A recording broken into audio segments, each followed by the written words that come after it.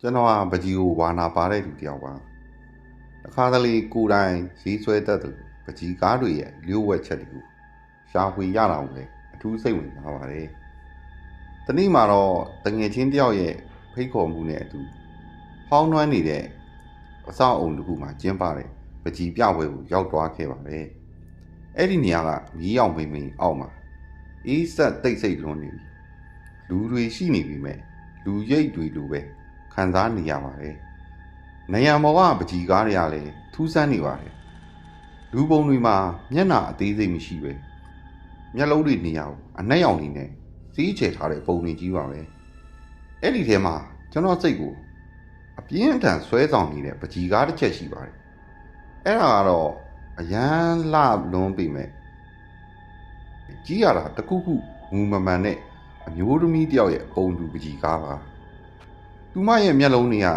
ကျွန်တော်ဘယ်ဘက်ကိုကြည့်ရင်ဘယ်ဘက်ကိုလိုက်ကြည့်တယ်ညာဘက်ကိုရွှေ့ရင်ညာဘက်ကိုလိုက်ကြည့်တယ်ကျွန်တော်ဘယ်ဘက်ကိုပဲရွှေ့နောက်ကနေလိုက်ကြည့်နေတယ်လို့မျိုးခံစားနေရပါတယ်ထူးဆန်းတဲ့ဆွဲငင်အားကြောင့်ပဲအဲ့ဒီပကြီးကားကိုဝယ်ပြီးကျွန်တော်အိတ်ခမ်းနေရမှာထိတ်ထားလိုက်မိပါတယ်ဒီလိုနဲ့ညဘက်ရောက်တော့ဝုန်းဆိုတဲ့အတန်ကြားလို့မျက်လုံးဖွင့်လိုက်တဲ့အချိန်နေရာမှာရှိရမယ်ပကြီးကားကပျောက်နေပါတယ်ကျွန်တော်လည်းရုပ်တရက်လန့်သွားပြီးလိုက်ရှာတော့ဘယ်မှရှာမတွေ့ဘူးပြည့်နေပါအဲ့လိုနဲ့ကျွန်တော်ကရင်အောက်ကနေမိန်းကလေးတယောက်ရဲ့ကူကိုကိကိရေတံတစ်ခု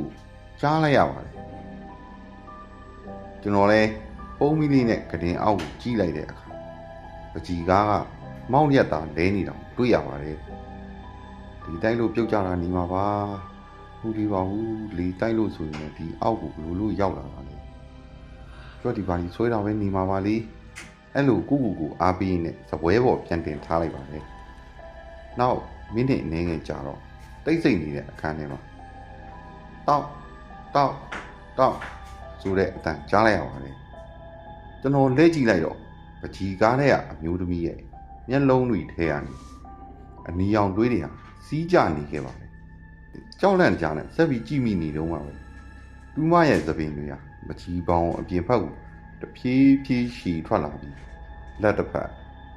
နောက်လက်တစ်ဖက်နောက်ဆုံးတွေးဆူနေတဲ့တူမရဲ့မျက်နှာကကျွန်တော်စီကို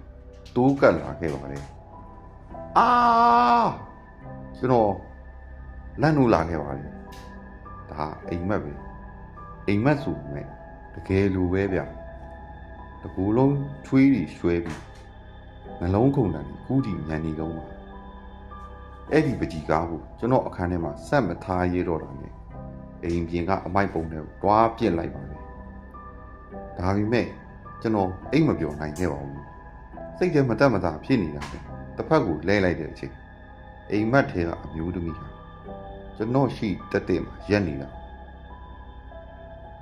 ဖြောက်ချားဖွယ်မြင်လိုက်ရပါတယ်သူမရဲ့မျက်လုံးတွေထဲကတွေးတွေကကျွန်တော်မျက်နှာစီးကြနေပါတယ်ကျွန်တော်အော်ဖို့ကြိုးစားပြီးမြင်အတန်တွေကဘယ်ချောင်းထဲမှာပဲတင့်နေခဲ့ပါတယ်မနဲ့လင်းတော့မျက်လုံးဖွင့်လိုက်တဲ့အချိန်နှလုံးခုန်တာမတည်ငြိမ်သေးပါဘူးဒီလူနဲ့ကျွန်တော်နေရဖက်ကိုဖြည်းဖြည်းချင်းလဲကြည့်လိုက်တော့အမိုက်ပုံထဲမှာမနှင်းညကကျွန်တော်ပြစ်ခဲ့တဲ့ပကြီးကားကနေရမော်မှာပြန်ရောက်နေပါလေဒါပေမဲ့အခုတခါအမျိုးသမီးပုံမဟုတ်တော့ပါဘူးမျက်နှာဖြူဖြော့ပြီးမျက်လုံးအိမ်အနက်ရောက်ကြီးတွေနဲ့ယောက်ျားလေးတယောက်ရဲ့ပုံကျွန်တော်အနားကပ်ပြီးတေချာကြီးလိုက်တဲ့အခါအဲ့ဒီယောက်ျားလေးကကျွန်တော်ကိုပြုံးပြလာပါတယ်သူ့မျက်နှာကတဖြည်းဖြည်းပြောင်းလဲလာပြီးနောက်ဆုံးတော့ကျွန်တော်မျက်နှာဖြစ်သွားပါတယ်အဲ့ဒီအိမ်ထဲကိုလူစိမ်းတယောက်ဝင်လာခဲ့ပြီးအိမ်ထဲမှာဒီဟိုရှာဒီရှာလုပ်နေပါပဲနောက်တော့အိတ်ခမ်းထဲကပကြီးကားကိုတွေ့သွားပါတော့